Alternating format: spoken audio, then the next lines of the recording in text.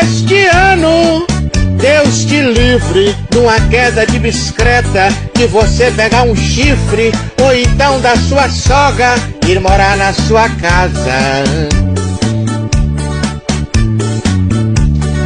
Que neste ano Deus te livre de pegar uma cirrose, um cacete da polícia, de tomar bezetacil ou entrar numa bocada.